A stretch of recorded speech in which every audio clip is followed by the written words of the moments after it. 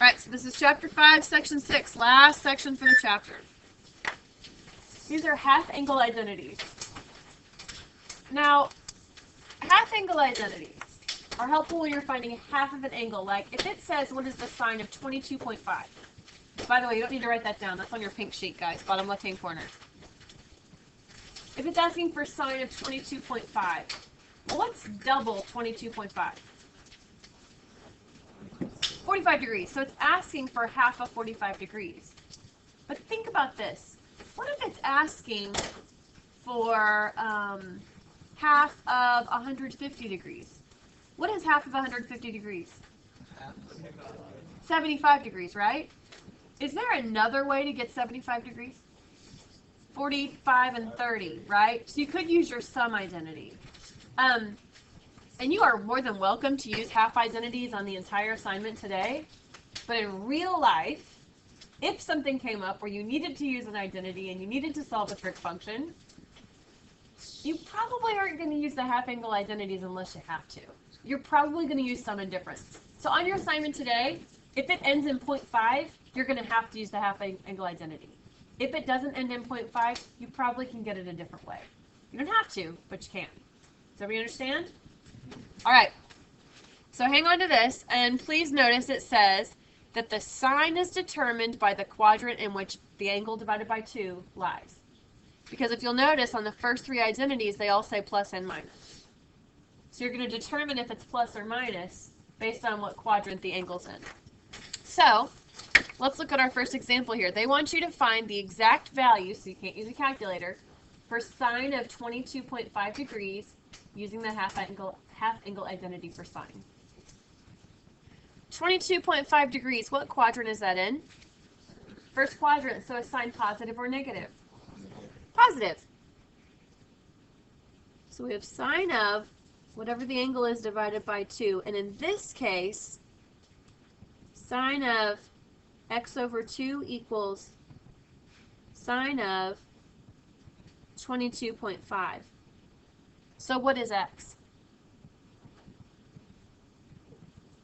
45 degrees, right? Because you can say x over 2, the angle divided by 2 is equal to 22.5 degrees. Multiply both sides by 2 and we get 45 degrees. So sine of 45 degrees divided by 2. And now we just look at our identity. It's got a big old nasty square root, so let's just go ahead and draw it. We've already determined it's going to be positive. On the top is 1 minus cosine of x. X in this case is 45 degrees. That's what we just solved for. Which makes sense because you can do something with 45 degrees. If it said 22.5, you wouldn't know what to do with that. And it's over 2. So we have, I'm not going to write the 1 yet, and you'll see why in a second. What is the cosine of 45 degrees? Radical 2 over 2. So I'm going to go ahead and change that 1 to 2 over 2. Because I'm going to have common denominators anyway. You know what I mean? And on the bottom we have a 2. Don't just start canceling out a bunch of 2's. Doesn't work like that. Can't do that. You actually have to do the math. So, inside the big old radical, I'm going to have 2 minus radical 2 over 2 divided by 2. Divided by 2 over 1. That means times 1/2. You can flip it.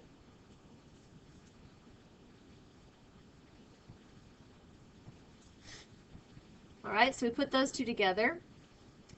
And now I have 2 minus radical 2 over 4. The whole thing is in the radical. Notice the radical is not just tucked up on the top. This next step you don't have to write down, but in your head you need to know that if you've got a fraction and a radical, it is legal to turn it into that. You don't have to write that step, but you need to know that step. But basically it's the square root of the top over the square root of the bottom. What is the square root of the bottom? 2. So I really have big radical with 2 minus radical 2 on the inside, all over 2. And no, you cannot reduce any of that mess. You want to, but you can't. You can't touch the insides of radicals. So that is the answer. Pretty, right? Do me a favor, especially in a test or a quiz, make sure that that radical extends all the way out so that the roof covers up that other radical. If it doesn't, I'm going to think you don't really know the answer. Okay? Questions?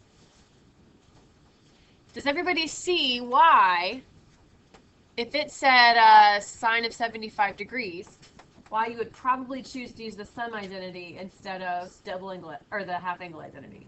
It gets pretty nasty pretty quick. It's not very fun. Questions? Okay. Now this one says to find the exact value of tangent of 75 degrees using the identity.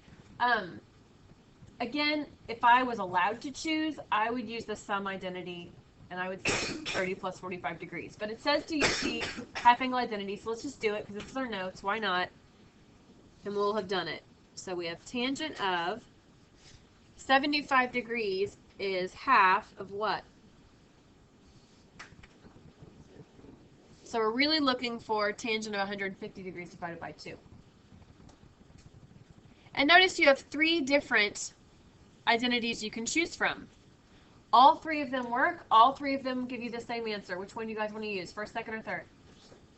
Great. Let's use the second. It says sine of x. For us, what's x today? What right now? 150. Good. 150 degrees over 1 plus cosine of 150 degrees. And is this, actually I was going to say is it positive or negative, but it doesn't even matter because it's going to work out in here. So sine of 150 degrees, that has a reference angle of 30. What's sine of 30? It's a half. Is this a positive or a negative half? 150 degrees is second quadrant. It's positive. Good. All students take calculus, so it is positive. Over, I'm not going to write the 1 yet, because I'm going to make a common denominator here in a second. Cosine of 150 is what? Radical 3 over 2, and, yep, you guys got it. It's actually a negative. Second quadrant cosine's negative. So I'm going to turn that 1 into 2 over 2. So now I have a half divided by 2 minus radical 3 over 2. Fraction over fraction. When dividing fractions, don't ask why. Flip the second one over and multiply. Your 2's cancel. So now I have 1 over 2 minus radical 3. Can you leave it like that? Nope. What do you have to do? Rationalize it. Multiply by the conjugate. So 2 plus radical 3 over 2 plus radical 3. So on the top, I have 2 plus radical 3. On the bottom, I'm going to have 2 minus 3, which is a negative 1. And the negative 1 affects everybody. So I now have negative 2 minus radical 3, and now you're finished. And that answer probably looks familiar. When you guys were doing tangents, you had a lot of answers that looked a lot like that. So if you came up with something like, I don't know, 2 radical 5, you know you probably screwed something up somewhere. Okay? Questions?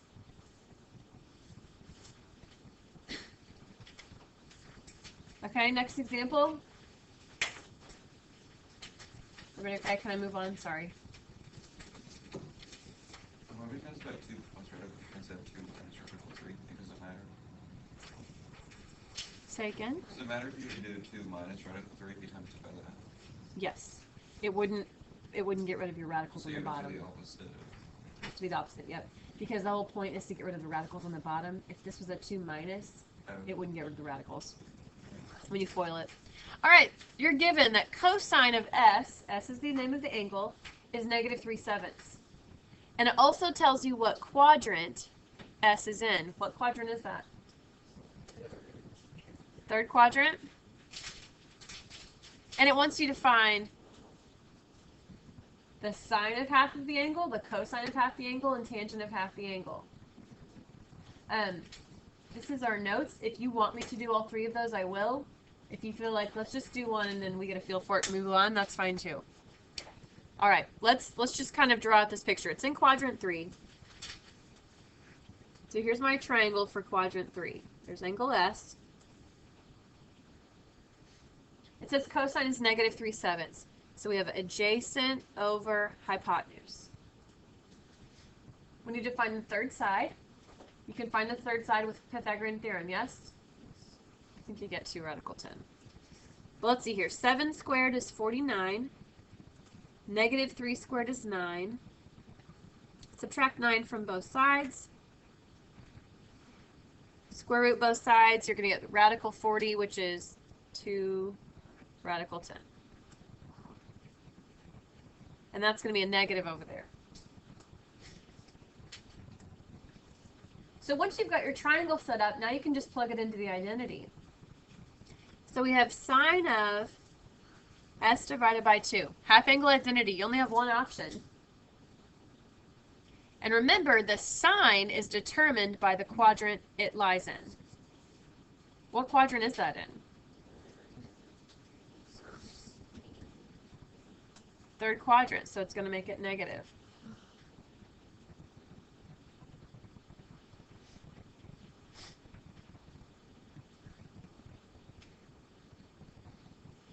So on the top we have 1 minus cosine of S.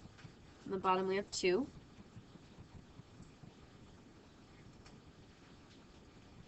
So we have 1 minus, okay, cosine of S. Cosine they gave us was negative 3/7.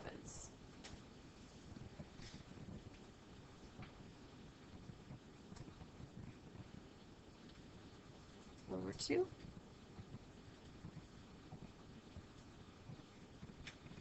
So on the top I have 7/7 plus 3/7, that's 10/7.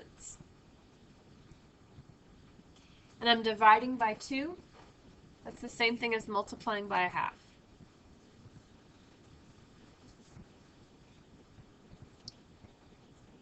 So I have radical of 10 over 14, which is negative radical of 5 over 7. You cannot leave a fraction in a square root, because this means negative radical 5 over radical 7. So we need to rationalize it.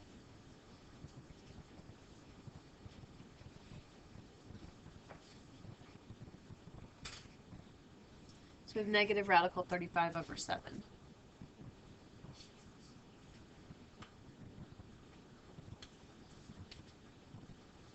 Okay, so you guys have seen kind of how to plug it in and what to do. Do you want me to do cosine of half the angle? I don't mind. Tangent of half the angle? You just use the identity and you just plug it. Do you want to see tangent? Let's do tangent.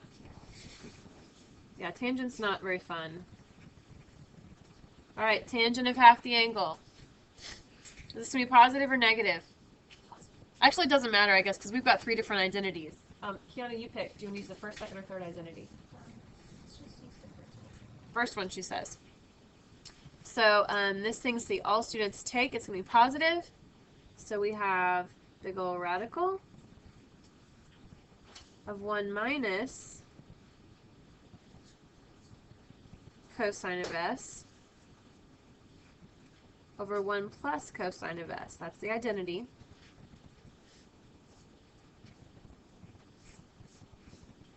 So we have 1 minus cosine of S is negative 3/7. So that's going to make that 1 plus 3/7. On the bottom, it's going to be 1 minus 3/7.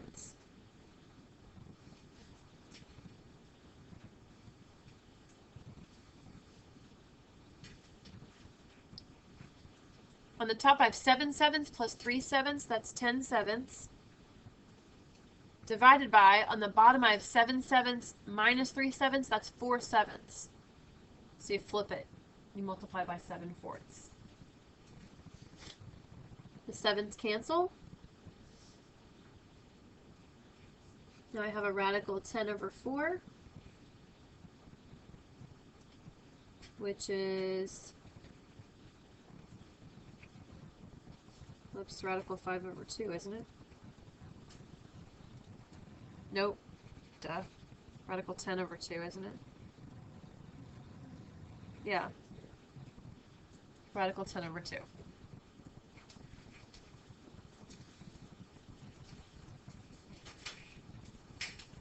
So everybody see how we got all that? Yes, sir.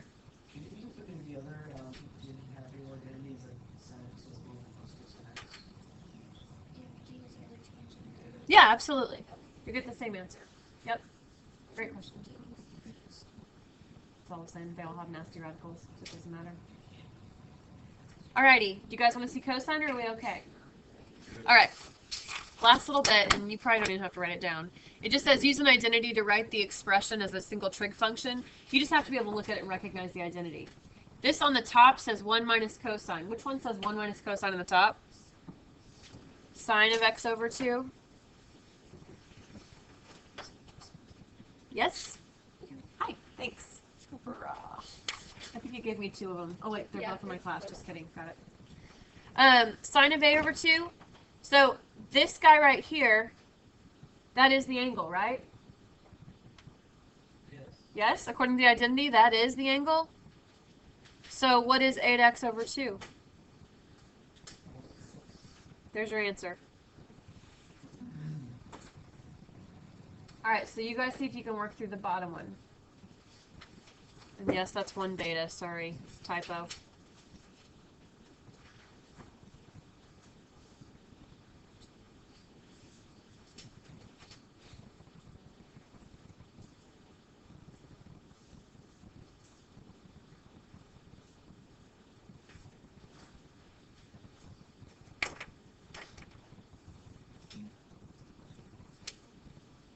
You guys get tangent of 9 beta over 2?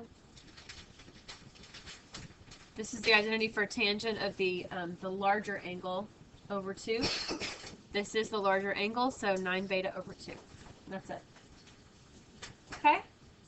There's your assignment.